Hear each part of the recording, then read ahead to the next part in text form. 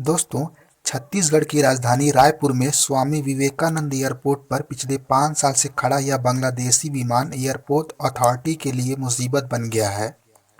आइए इसका कारण जानते हैं। बांग्लादेश की यूनाइटेड एयरवेज का विमान MD-83 7 अगस्त 2015 को ढाका से मस्कट जा रहा था। तभी रायपुर की वायु सीमा में जहाज का एक इंजन खराब होने के कारण इसकी रायपुर में इमरजेंसी लैंडिंग कराई गई। तब से आज तक यह विमान 5 साल से एयरपोर्ट पर खड़ा है। आश्चर्य की बात यह है कि इस विमान के पार्किंग का किराया 1.5 करोड़ रुपए तक पहुंच गया है। वहीं बांग्लादेश के विदेश मंत्रालय और एयरवेज कंपनी को कई बार ईमेल करने पर भी कोई स्पष्ट जवाब नहीं मिल पा रहा है।